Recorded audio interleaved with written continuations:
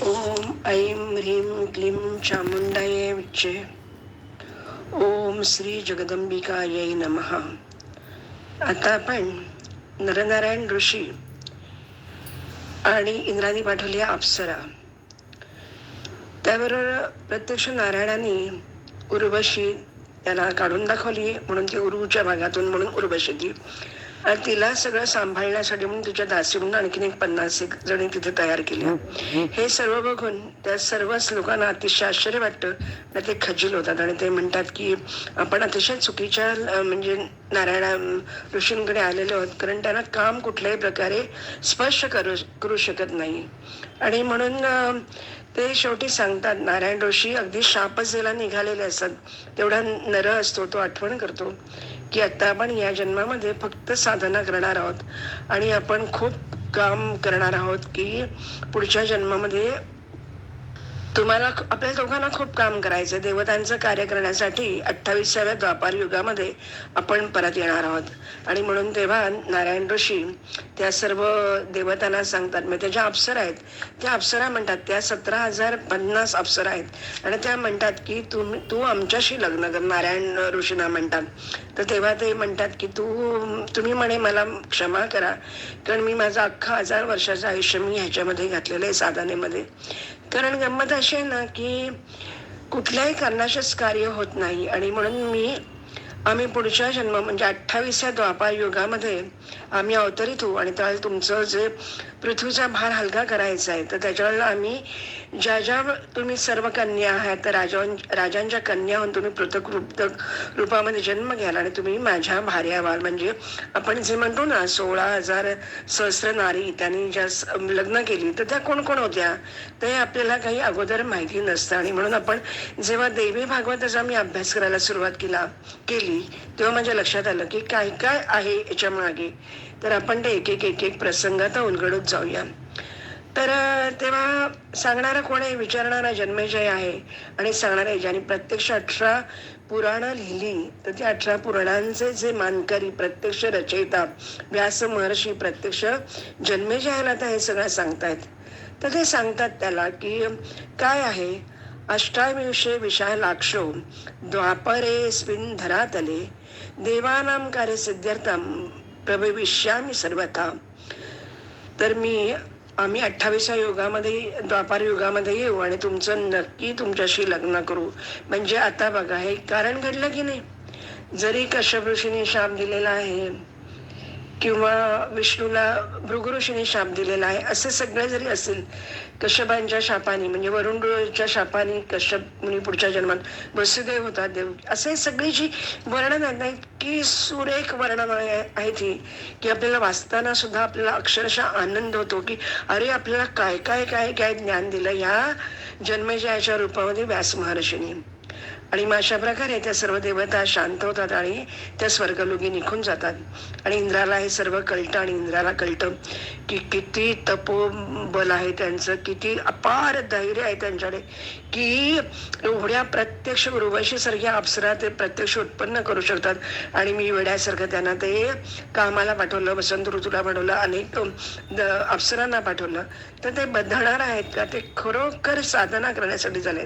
तर अशा प्रकारे नरनारायण भृगूचं शापवशातून पृथ्वीचा भार हलका करण्यासाठी अर्जुन आणि कृष्ण या रूपामध्ये पुढे आता येणार आहेत.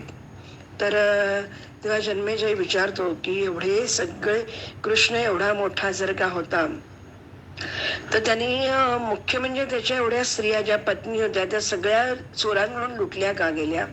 त्याच्यानंतर त्याच्या वसुदेवाला पुत्रशोक का झाला आणि अकाल मृत्यूला कसा तो प्राप्त झाला.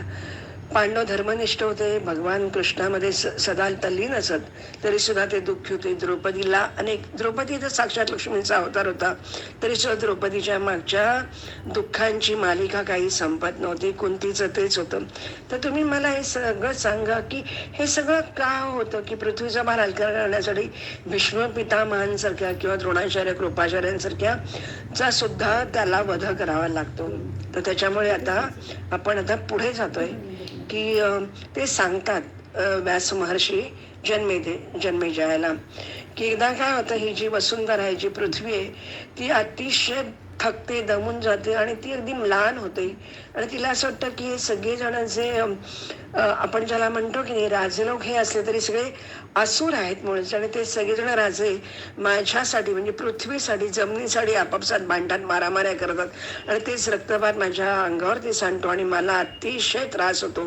आणि म्हणून मग ती एक एक वर्णन करते. मगध देशाचा जरासंध, शिशुपाल, रुक्मी, बलवान, कंस, नरकासूर, सौरभ, नरेश, आल्ब, केशी, धनकासूर एवढे सगळे जे आसूर आहेत ते मला एवढा त्रास होतोय तर त्याच्यामुळे मला आता याच्यासाठी काहीतरी केलं पाहिजे. आणि म्हणून ती काय करते, ती उठते. पृथ्वी अतिशय दुःखी झालेली आणि ती उठते आणि ब्रह्मदेव इंद्राकडे जाते पहिल्यांदा आणि इंद्रदेवाला सगळं सांगते की इंद्रदेव विचारतो तुला कसं दुःख आहे, तू का म्हणजे काय तुला कोणी त्रास दिला का वगैरे, तो मला सांगते. मग ती सगळं सांगते की मला असा असा त्रास आहे की सगळे आसूर जे आहेत ते मला खूप त्रास देत आहेत आणि तुम्हाला तर माहिती आहे मी पाताळामध्ये म्हणजे पाण्यामध्ये होते आणि प्रत्यक्ष सुकराचं म्हणजे डुकराचं रूप घेऊन हिरण्याक्षाचा वध करून भगवंताने विष्णूंनी मला बाहेर काढलेले आणि पृथ्वी स्थापन केली आहे. तेव्हा वराह रूप त्यांनी नंतर घेतलं. अशा प्रकारे अनेक रूप घेत घेत ते त्यांनी मला वर काढलं आणि त्याच्यामुळे मी आता इथे आहे. पण जरी असं सगळं असलं तरी सुद्धा काही हा कलीचा जो प्रादुर्भाव आहे पुढे येणार आहे तर त्याच्यामुळे मी आता इतके घाबरून गेलेले हे सगळे आतंकवादी मला वाटतात तर त्याच्यासाठी तुम्ही काहीतरी करा. आणि म्हणून मग ते इंद्र म्हणतो की मी काही करू शकत नाही, आपण ब्रह्मदेवाकडे जाऊया. मग ब्रह्मदेवाकडे इंद्र आणि पृथ्वी जाते. ब्रह्मदेवाला सगळं सांगतात आणि ते म्हणतात की हा पृथ्वीचा भार हलका करण्यासाठी आलेली आहे. तर ब्रह्माजी म्हणतात त्याच्यामध्ये मी स्वतः काहीच करू शकत नाही, तर आपण असं करू, चतुर्भुज ब्रह्मा हंसावर स्वार होतात आणि अनेक देवता गोरूप धारणी पृथ्वीच्या बरोबर विष्णू लोकामध्ये जातात. विष्णू लोकामध्ये गेल्यानंतर काय होतं, विष्णू लोकामध्ये प्रत्यक्ष भगवान तर तिथे बसलेले आहेत आणि मग ते सगळ्यांचं मुख म्लान झालेले आहेत, सगळे दुःखी आहेत.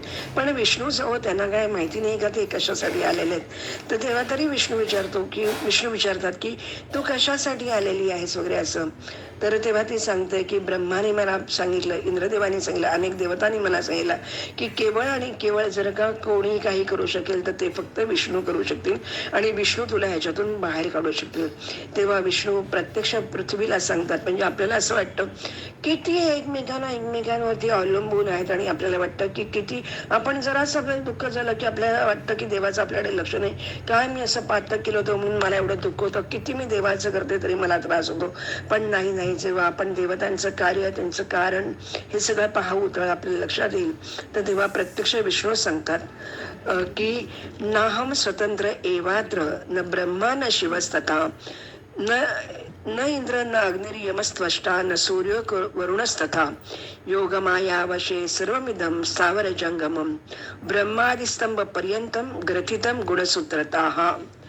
मी तुम्हाला खरं सांगू का की ह्या विषयामध्ये मी विष्णू जरी असलो, विष्णू काय ब्रह्मा, शंकर, इंद्र, अग्नी, यम, त्वष्टा, सूर्य, वरुण कोणी स्वतंत्र नाही. संपूर्ण चराचर हे चालवणारे जगज्जननी योगमाया आहे आणि तिच्या अधीन हे सर्व आहे. ब्रह्मापासून तृणापर्यंत सर्व जे काही सात्विक, राजस, तामस हे जे त्रिगुणमयी माया आहे तर तिच्याद्वारे हे सगळं सुनिश्चित केलेलं असतं. त्यामुळे मी काही करू शकत नाही. जर का मी स्वतंत्र असतो तर मी या महासमुद्रामध्ये मत्स्याचं रूप कशाला घेतलं असतं, कासवाचं रूप कशाला घेतलं, तिर्ययोनीमध्ये मी कशाला गेलो असतो, शुद्र योनीमध्ये मी कशाला गेलो असतो, गर्भाचे ते 10 महिने मी तिथे कशाला राहिलो, मग मी सुख नृसिंह वामन कशाला झालो असतो. पण नाही रे, मी स्वतःच इतका म्हणजे अपराधी नाही, मी काही करू शकत नाही.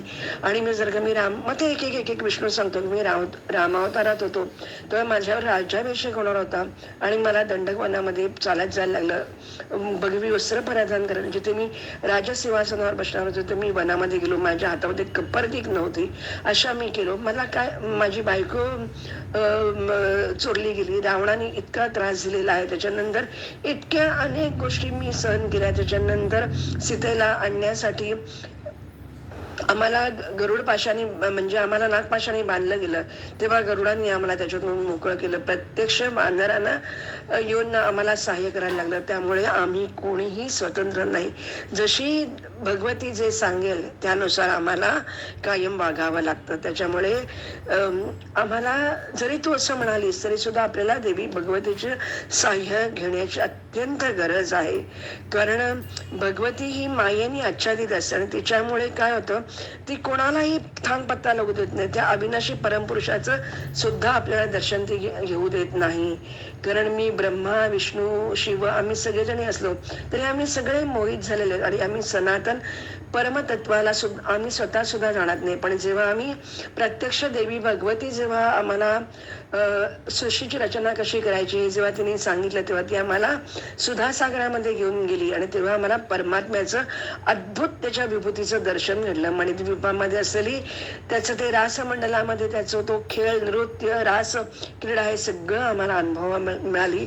कारण फक्त योगमयानी इच्छा केली. योगमायेने ठरवलं की आपण हे सर्व आता त्यांना दाखवावं म्हणून. आणि तोपर्यंत ही कल्याण करणी जी आदी शक्ती आहे तर तिचं आपण स्मरण करूया. आणि अशा प्रकारे सर्व देवता तिचं स्मरण करतात आणि ते सांगतात की जसं आपल्याला माहिती आहे की कोळी जो असतो तर त्याच्या नाभीतून एक एक एक एक तो धागा बाहेर काढतो आणि सुंदर असं एक घरटं बनवतो आणि त्याच्यामध्ये तो त्याला वाटलं की तो मोठं घरटं इतकं सुरेख बनवतो की तो कोणी करू शकत नाही. आणि जेव्हा त्याला वाटतं की आता आपण थांबवतो तर सगळे धागे तो आपल्या तोंडामध्ये घेतो आणि संपून जातो. तद्वतच ही जी माया शक्ती आहे ती संपूर्ण चराचर जगत तिच्यात ओतप्रोत भरलेली आहे. तिच्यात स्वरूपिणी आहेत, करुणा सिंधू आहे ती भुवनेश्वरीचं आपण स्मरण करूया. आणि म्हणून जिला या भुवनेश्वरीला या ज्या आदिशक्तीला जे जे ओळखत नाही त्यांना वारंवार जन्म घ्यावा लागतो. आणि जे ज्ञान स्वरूपिणी भगवतीला जे स्मरण करतात, तिची साधना करतात आणि ती सांगितलेल्या रस्त्या म्हणजे तिच्या वाटेवरून जातात, तर अशी ती जी महालक्ष्मी भगवती महामाया जी आहे, सर्वशक्ती नाहीये, तर तिचं आपण ध्यान करूया, तिला आपण प्रसन्न करून घेऊया. आणि म्हणजे आपल्याला संसारामध्ये असलेले कष्ट, त्रास हे सगळे कमी होतील. कारण आपण बघितलं होतं जेव्हा देवता सगळेजण जिंकलो आणि तेव्हा आम्हाला खूप आनंद झाला आणि आम्ही त्या सर्वांना कमी लेखायला लागलो आमच्या सर्व शक्तींना. तेव्हा यक्षोपाख्यान म्हणून जे आहे तर त्याच्यामध्ये यक्षरूप ती धारण करते प्रत्यक्ष देवी आणि ती सांगते की हा एक तिनका म्हणजे गवताची काडी तुम्हाला उचलून दाखव. मग जलाला सांगते असं प्रत्येकाची ती परीक्षा घेते आणि तेव्हा ती सांगते की तुम्हाला जरी असं वाटलं की तुम्ही जिंकलंय तरी जिंकणारे तुम्ही नाही, ते सर्व जिंकणारी मी आहे आणि माझ्यामुळेच तुम्ही जिंकू शकलात. आणि म्हणून आपण तिची साधना करूयात. अशा प्रकारे ते सर्वजण तिची साधना करतात, खूप तिला विनवणी करतात की हा जो सगळा भार झालाय भुवनेश्वरी, तर हा भार तूच फक्त सांभाळू शकशील, तूच उतरवू शकतील.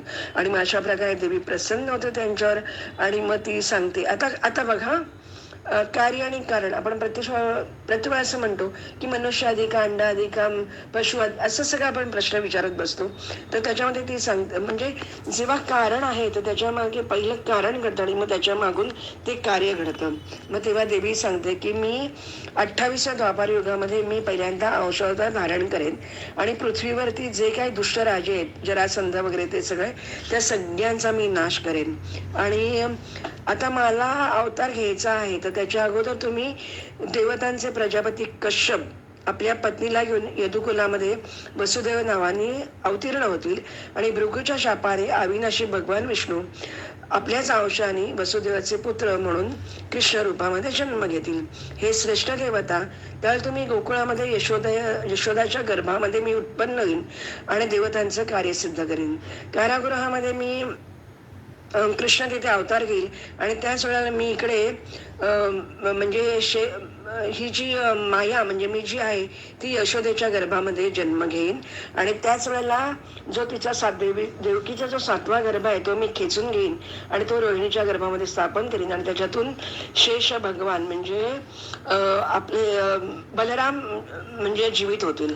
तर अशा प्रकारे सर्व कार्य ठरतं आणि साक्षात इंद्र आहे तो अर्जुनाचा अवतार म्हणून येईल. धर्म आहे तो युधिष्ठिराचा अवतार येईल. वायू आहे तो भीमसेन होईल. अश्विनी कुमार आहे ते नकुल सहदेव होतील. तर अशा प्रकारे हे सगळं आता कारण ठरलेलं आहे कसं कार्य करायचं. तर आणि त्याच वेळा तुम्ही लक्षात ठेवा हे सर्व श्रेष्ठ देवतागण तुम्ही अत्यंत निश्चिंत राहा. मी सर्व अंशावतार घेईन आणि मी निमित्त मात्र बनेन आणि मी क्षत्रियांचा संहार कुरुक्षेत्रामध्येच करेन. म्हणजे कुरुक्षेत्रामध्ये जे महाभारत घडलं तर त्याच्या मागे हे एवढं सगळं महाभारत मागे आहे. कारण काय आहे, जेव्हा असूया, ईर्ष्या, बुद्धी, तृष्णा, ममता आणि आपली इच्छा स्पृहा हे सगळं जर वर काढतं त्यावेळेला माणूस रसातला तळाला जातो. आणि म्हणून हे सगळं त्यांच्यामध्ये निर्माण होईल. आणि म्हणून हे जे यादव आहेत तर ते सगळ्यांना जे शाप मिळालेला आहे त्याच्यामुळे शापवश भगवान श्रीकृष्ण शरीराचा नंतर त्याग करतील. त्याच वेळेला शक्ती स्वरूपा त्यांच्या भार्या आहेत त्या सुद्धा मथुरा आणि गोकुळामध्ये अवतरित होतील. शारंगपाणी भगवान विष्णू त्यांचे सहाय्यक बनतील. आणि योग अशा प्रकारे सांगून परमात्म्याची योगमाया भगवती अंतर्धान पावते. आणि आता सगळं कार्य कसं करायचं ते ठरतं. आणि त्यानुसार आता पृथ्वीचा भार उतरण्यासाठी प्रभास क्षेत्रामध्ये योगमायेच्या द्वारा सेनेचा हा वृत्तांत आपल्याला सांगितला जातो. आता भृगूच्या शापामुळे महामायाच्या शक्तीने अमित तेजस्वी भगवान विष्णूंचा आविर्भाव यदुवंशात झाला की पृथ्वीला भार उतरण्यासाठी प्रत्यक्ष योगमायाच्या संयोगाने भगवान विष्णू अवतार घेणार आहेत. आता असं सांगितलं होतं की पूर्व काळामध्ये रामावताराच्या वेळेला सुद्धा योगमायाने देवतांना वानर बनवलं आणि सगळ्यांचं त्याच वेळेला परशुरामाचं अशी अनेक ज्या घटना घडल्या त्याच्या मागे प्रत्येक वेळेला ही योगमाया सहाय्य करत असते. कारण तिची आद्य शक्ती ती आद्य आहे. कारण भगवंताच्या परा आणि अपरा अशा ज्या शक्ती आहेत त्याच्यातून हे सर्व निर्माण होत असतं. तर अशा प्रकारे आता सृष्टीच्या नियमानुसार ब्रह्मा सर्व उत्पत्ती करतो. त्याच्यानंतर कल्पांतामध्ये रुद्र संहार करतो आणि विष्णू सगळ्यांचं पालन करतो. तर अशा प्रकारे हा सगळा कार्यक्रम ठरलेला आहे. आता काय होतं पुढे आपण जाऊन बघूया की प्रत्यक्ष इथे आता हे सगळं ते सांगतात की आता सूर्यचंद्र एवढे मोठे ताकदवान असले तरी सुद्धा सूर्याला आणि चंद्राला ग्रहण लावायला राहू केतू पुरेसे आहेत. म्हणजे काय आहे की जेव्हा तुमचं पाप क्षय होत असतो त्यावेळेला तुम्ही बलवान होता. आणि जेव्हा तुमचं पाप वाढत असतं त्यावेळेला तुम्ही साधा तृण गवताची गाडी सुद्धा बलवान होते. तर त्याच्यामुळे आपल्याला माहितीच नाही की नक्की कशामुळे काय होतं. कारण प्रत्यक्ष शिवाला सुद्धा आपली जेव्हा पत्नी भार्या जेव्हा तिने यज्ञामध्ये स्वतःला योगाग्नीने संपवून घेतलं तेव्हा शिवाला सुद्धा अतिशय दुःख झालं. जो वैराग्याचा प्रतीक म्हणून आपण ज्याला मानला जातो, जो कायम स्मशानात राहतो किंवा कैलासामध्ये जिथे जाऊन राहतो, तर त्याला सुद्धा त्या कामाग्नीने एवढं त्याला काही त्रास झाला की त्यांनी यमुनेमध्ये त्यांनी उडी मारली आणि त्यामुळे यमुनेचं जल काळं झालं, श्यामवर्ण झालं. आता भृगू जेव्हा वनामध्ये गेला त्यावेळेला शिवाची म्हणजे शिव हा दिगंबर अवस्थेमध्ये फिरत असतो. तेव्हा भृगू ऋषी त्याला पाहतात आणि त्याला शिवाला शाप देतात. ही निर्लज्जा, तुझं लिंग आहे ते आत्ताच्या आत्ता म्हणजे तुटेल आणि ते खाली पडेल. आणि म्हणून मग तेव्हा प्रत्यक्ष शिव दानवांच्या निर्मित बावलीचा अमृत जे असतं ते पितो आणि तो मोकळा होतो. त्याचबरोबर बैल बनून इंद्र आपल्याला ककुस्तू रूपामध्ये भेटतो आणि कार्य पूर्ण करतो. अशा प्रकारे प्रत्येकालाच म्हणजे अगदी वरपासून खालपर्यंत या रथाचं जे चक्र आहे त्या चक्रामध्ये प्रत्येकाला जायचं आहे. आणि हे सगळं योगमाया आणि योगमायाच हे सर्व घडवतं. अशा प्रकारे प्राचीन म्हणजे पूर्व काळामध्ये एकदा काय होतं, यमुनेच्या इथे यमुनेच्या तटावर मधुवन नावाचं एक वन असतं आणि तिथे लवणासूर नावाचा एक दैत्य राहत असतो. आणि तो मधूचा पुत्र असतो आणि तो इतका अभिमानी असतो, त्याला ब्राह्मणांचा द्वेष करत असतो. आणि लक्ष्मणाचा जो छोटा भाऊ शत्रुघ्न आहे तर तो वध संग्राम त्याच्यावर युद्ध करतो आणि त्या लवणासुराला मारून टाकतो. आणि त्या मधुपुरीचं नाव आता मथुरा असं ठेवलं जातं. आणि हा नंतर वंश म्हणजे हा जो सूर्यवंश हळूहळू नष्ट होतो. आणि मग नंतर जेव्हा चंद्रवंश म्हणजे जेव्हा ययातीचा काळ सुरू होतो तेव्हा ययातीचा शूरसेन नावाचा पुत्र असतो आणि त्याला शूरसेनाला वसुदेव नावाचा पुत्र होतो. आणि वसुदेवाचाच पुढे वरुण देवाचा शाप मिळाल्यामुळे वसुदेव कश्यपांचा अंशरूप वसुदेव शूरसेनाचा पुत्र म्हणून जन्माला येतो. आणि मग ती देवकी सुद्धा जन्माला येतो, उग्रसेन जन्माला येतो आणि उग्रसेनाचाच पुत्र म्हणून कंस जन्माला येतो. तर अशा प्रकारे हे एक कथानक आहे, हे सगळं नाट्य घडलेलं आहे आणि आता ते नाट्य प्रत्यक्ष पृथ्वीवर अवतरणार आहे. आणि अशा प्रकारे आता आपण इथे पुढे जातोय की काय काय काय काय घडतं. आपल्याला जरी विष्णू सगळं करतोय, रुद्र सगळं करतोय, आपल्याला जरी वाटत असतं तरी सुद्धा त्याच्या मागे ती जी शक्ती आहे ती जी आहे तर तिच्या पुढे कोणाचं काही चालत नाही. आणि मग आता आपण इथे ठरल्याप्रमाणे 28व्या द्वापार युगामध्ये आता देवकीच्या पुत्र देवकी आणि वसुदेवांची आपण कथा ऐकणार आहोत. तर काय होतं की देवकी आणि वसुदेव यांचं लग्न होतं आणि त्यांचा जो चुलत भाऊ म्हणजे कंस आहे, तर तो कंस त्यांची म्हणजे लग्नामधली जी वरात असते तर तो त्याच्या ताब्यात घेतो आणि तो खूप आनंदात वगैरे मजेत असतो आणि ते सगळं चाललेलं असतं. पण कसं गंमत आहे की संचित प्रारब्ध आणि वर्तमान आहे ते देहधाऱ्यांना सुटत नाही. आणि मग अशा वेळेला नेमकं काय होतं की जेव्हा ते लग्नाची वरात निघते तेव्हा प्रत्यक्ष आकाशवाणी होते की कौसा, तू जरी आता यांचं म्हणजे रथ ओढत असशील तरी देवकीचा जो 8वा मुलगा आहे तर तो तुझा काळ बनून येईल. आणि हे सगळं ऐकल्यानंतर कंसाला अतिशय दुःख होतं, वाईट वाटतं, तो खूप घाबरतो आणि अगदी अतिशय असा विचित्र होऊन जातो. त्याला काय करावं, तो देवकीचे केस ओढतो आणि तिला खाली उतरवतो. तेव्हा सगळेजण म्हणतात, त्याला समजवतात उग्रसेन सगळं की आता लग्नाची वरात आहे तेव्हा तू असं काही करू नको, करणे योग्य नाही आणि तू आणखीन पापाचा धनी होशील. आणि मग त्याच्यावर काय होतं की वसुदेव प्रत्यक्ष सांगतो की अरे तिची मुलं आहेत ना, ती तुझा 8वा मुलगा घात करणार आहे, पण आमचं तर लग्न होते, आम्हाला मुलं होते आणि ते प्रत्येक मुल मी तुला आणून देईन आणि त्या मुलाला तू मारून टाक. मग तर झालं. तेव्हा कौशल्याचा वसुदेवावरती विश्वास असतो आणि म्हणून तो काय करतो की तो जा म्हणतो वगैरे आणि हळूहळू प्रत्यक्ष आता देवकी आणि वसुदेवाचा संसार सुरू होतो. पण गंमत अशी होते की आता हे देवकीची 6 मुलं का मारली जातात हे आपल्याला कुठेही माहिती नाही. तर त्याचं आपल्याला उत्तर आपण या देवी भागवतात घेणार आहोत. आपल्याला प्रत्यक्ष व्यासमुनी सांगतात. पूर्व काळामध्ये काय होतं की स्वयंभव मन्वंतरामध्ये मरीची आणि त्यांची पत्नी उर्णा यांना 6 बलशाली मुलं होतात. ते धर्मशास्त्रामध्ये निपुण होतात. ते खूप असे हुशार असतात, धर्मशास्त्रज्ञ असतात. आणि एकदा काय होतं, ब्रह्माजी असतो, तो ब्रह्माजीची पुत्री म्हणजे सरस्वती जी आहे ती त्याची मुलगी असते आणि ती सरस्वती अशी बागेमध्ये खेळत असते आणि ब्रह्माजी वरून पाहतो की सरस्वतीला बघून तो का त्याला तो तिच्या प्रेमात पडतो आणि म्हणतात तसा त्याची कामवासना जागृत होते आणि तो प्रत्यक्ष तिला समागम करण्यासाठी पुढे होतो. आणि हे प्रत्यक्ष ती उर्णा आणि मरीचीची जी 6 मुलं आहेत ते पाहतात आणि हे बघितल्यानंतर त्याला हसतात ते. आणि तेव्हा ब्रह्मदेवाला अतिशय राग येतो आणि ब्रह्मदेव म्हणतो की तुम्ही मला हसताय आणि म्हणून थांबा, तुमचं पतन होईल, तुम्हाला आम्ही शाप देतो की दैत्य योनीमध्ये तुम्ही परत परत जन्म घ्याल.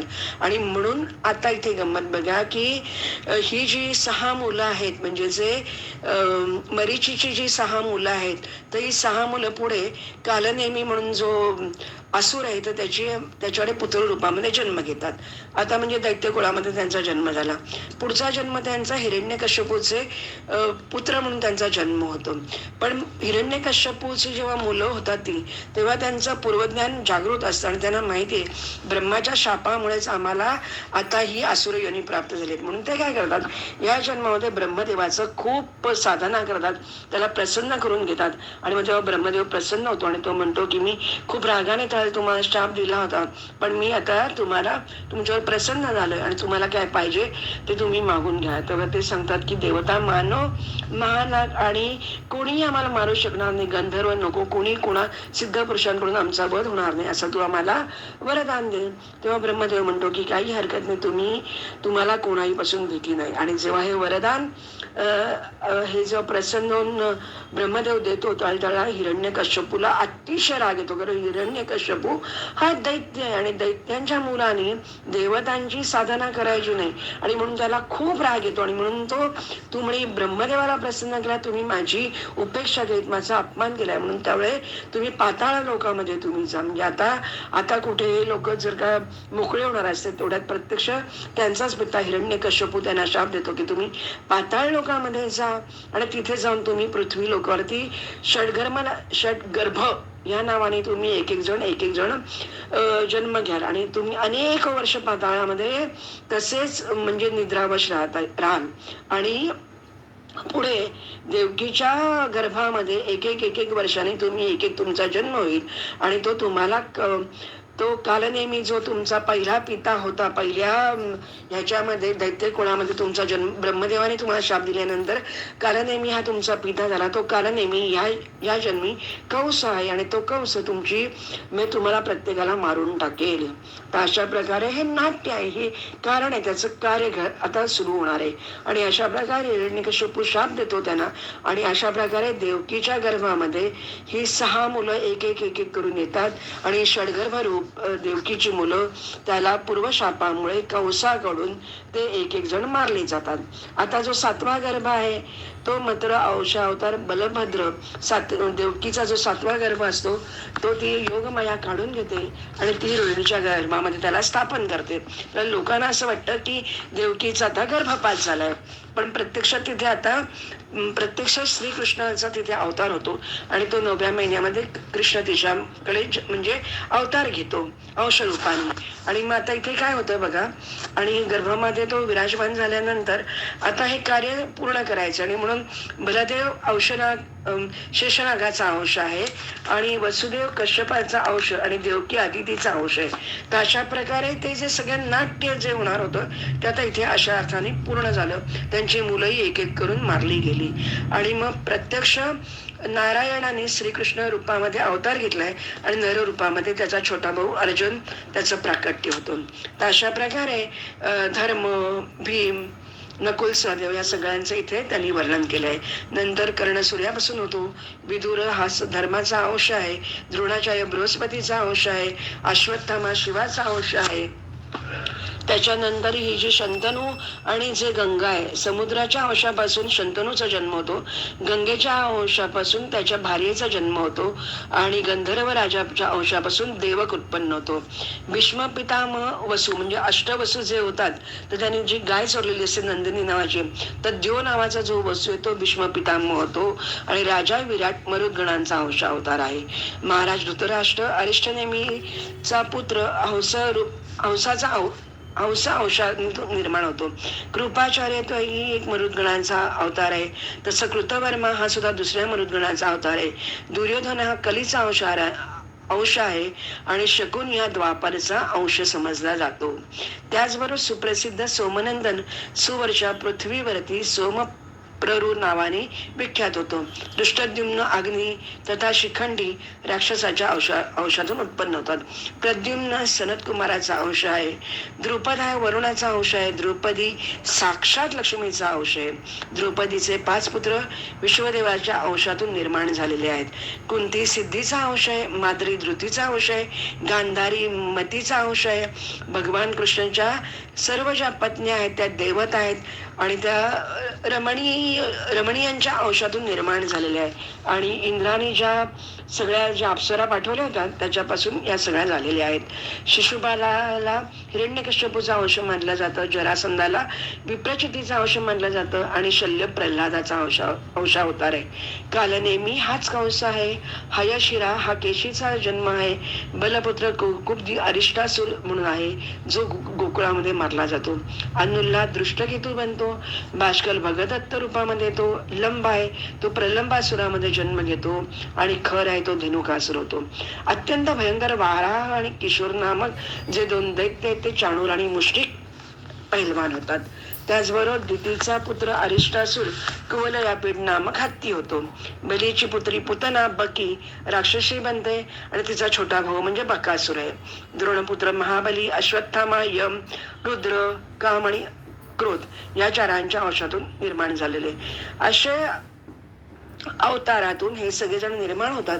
आणि आता पृथ्वीचा भार कमी करण्यासाठी प्रत्यक्ष विष्णू आदी माया आता कंबर कसून बसलेले आहेत आणि ते सगळेजण आता इथे जन्म घेतात. त्याच वेळेला काय होतं की देवकीचे 6 पुत्र मारून झाल्यानंतर पहिला जो पुत्र जन्माला येतो तो प्रत्यक्ष वसुदेव त्याला तिथे आणून देतो. पण तेव्हा ते छोटं सुरेख बाळ बघून कंसाच्याही मनामध्ये प्रेम, ममता, वात्सल्य निर्माण होतं आणि तो म्हणतो की वसुदेव तू तुझ्या शब्दाला जागला असतं त्याच्यामुळे, पण अरे माझा तुमचा 8वा पुत्र माझा घात करणार आहे त्यामुळे मी ह्याला का मारू. म्हणजे लक्षात घ्या की प्रत्येकाच्या आतमध्ये कुठेतरी सत्वगुण आहे, पण रजोगुण आणि तमोगुणांचं त्याच्यावर प्राबल्य असतं.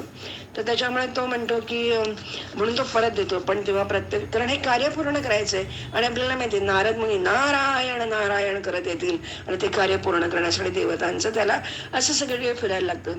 आणि म्हणून मग तो नारद येतो कंसाकडे आणि तो म्हणतो, कंस त्याची पूजा वगैरे करतो. आणि मग तेव्हा कंसला तो सांगतो की तू हे बरोबर केलं नाहीस, कारण हे देवतांचं कार्य. तुला मी आधीच सांगितलं की गोकुळामध्ये, द्वारकेमध्ये आणि मथुरेमध्ये सगळीकडे देवता जन्माला आलेले आहेत आणि ते कार्य पूर्ण करणार आहेत आणि ते तुला मारणारच आहेत. आणि देवकीचा जो 8वा गर्भ आहे तो तुला वध करणार आहे. पण तुला माहिती आहे का की गणिताच्या रूपाने जर का आपण गेलो आणि जर का गोल असे सगळेजण ठेवले, आपण लाडू कसं, तर कुठला पहिला आहे आणि कुठला 8वा आहे आपण ओळखू शकू का? तर त्याच्यामुळे तू अतिशय चूक केलीस आणि तू तुझ्या शत्रूला तूच वाढवतो आहेस. त्याच्यामुळे कंसाला लगेच जाणीव होतं आणि मग कंस एक एक करून तो 6 मुलं मारून टाकतो, चिऱ्यावर घेतो आणि तो त्याला मारून टाकतो.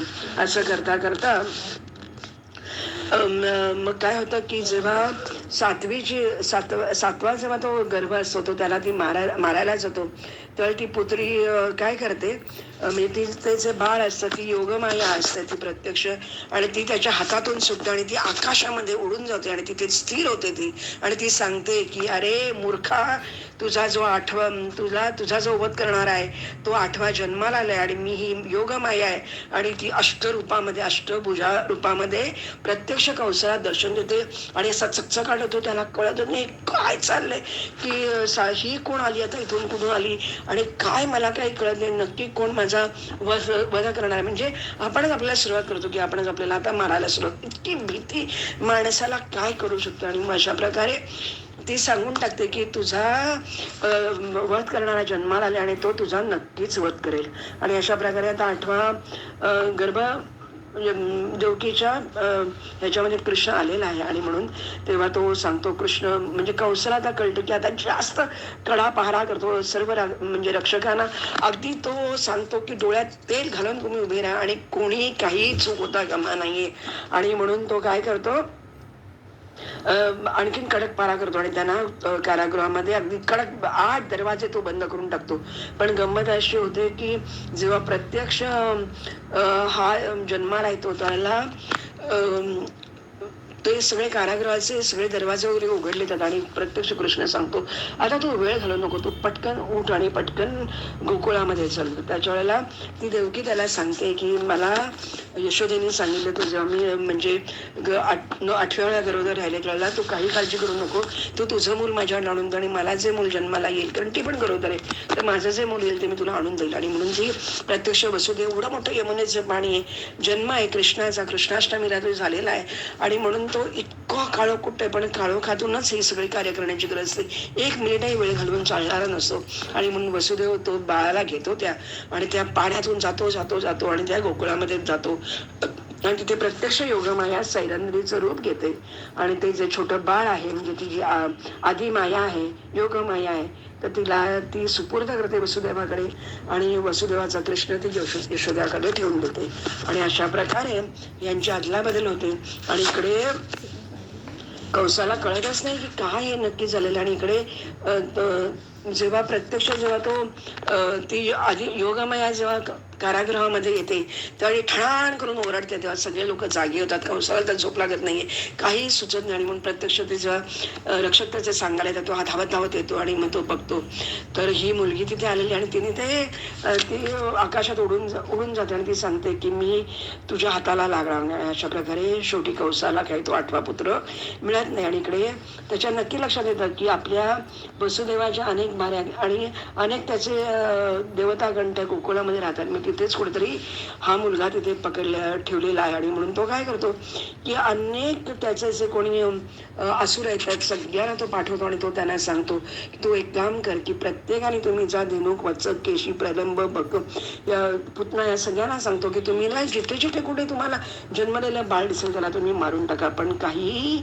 शक्य होत नाही, कारण काय आहे की म्हणजे ते कार्य तसंच ठरलेलं. आणि मग अशा प्रकारे कृष्णाचा जन्म म्हणजे पहिल्यांदा कारागृहातून, मथुरेतून गोकुळातून तो परत मथुरेमध्ये येतो आणि तो यज्ञयाग करतो आणि प्रत्यक्ष कंसाला मारून टाकतो. कंसाला मारून टाकल्यानंतर आता इथे असं होतं की जरासंध त्याच्या ज्या कंसाच्या ज्या दोन पत्नी आहेत त्या जरासंधाच्या मुली असतात आणि म्हणून जरासंध याच्यावरती चाल करून येतो आणि मग जरासंधाला तो 18 वेळा हरवतो आणि मग नंतर मात्र तो कालयवनाला बोलवतो आणि ते कालयवन मात्र कृष्णाकडून मारला जात नाही.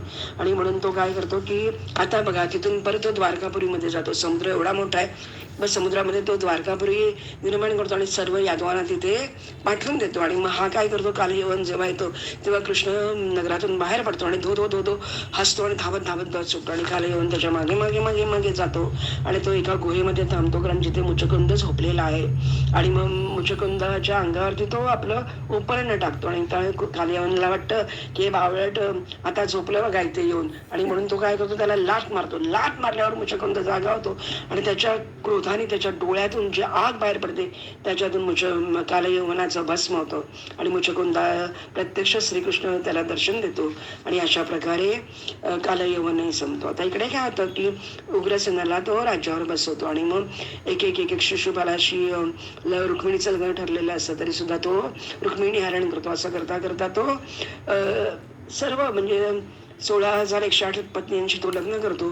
आणि मग आता इथे परत इथे गंमत दाखवली की जेव्हा ही जी रुक्मिणी आहे तर जेव्हा तिला पहिला मुलगा होतो प्रद्युम्न, तर तेव्हा तो शंभुरासूर म्हणून असतो, तो प्रसूतिगृहातून माया ते बाळ उचलतो आणि तो पळवून लावतो. तेव्हा श्रीकृष्णाला आश्चर्य वाटतं की मी नारायणाच्या रूपामध्ये असताना घोर तपस्या केलेली होती आणि एवढं असून सुद्धा ही म्हणजे महामाया योगमाया आदिशक्ती माझ्यावरती अप्रसन्न काय. म्हणून तो तिला विचारतो की असं घडण्याच्या मागे कारण काय.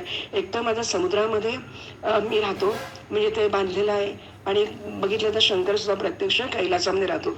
म्हणजे जेव्हा आपल्याला कशाची भीती, कशापासून भय असेल तेव्हा समुद्र किनारी किंवा पर्वत शिखरावरती जाऊन राहावं, म्हणजे आपल्याला भीती कमी असते. तर अशा प्रकारे मी असतं. आणि ते माझं जे भवन आहे ते खूप आतमध्ये आणि त्याच्यामध्ये तर आणखीन म्हणजे ही जी गर्भगृह आहे ते आणखीन आतमध्ये आहे.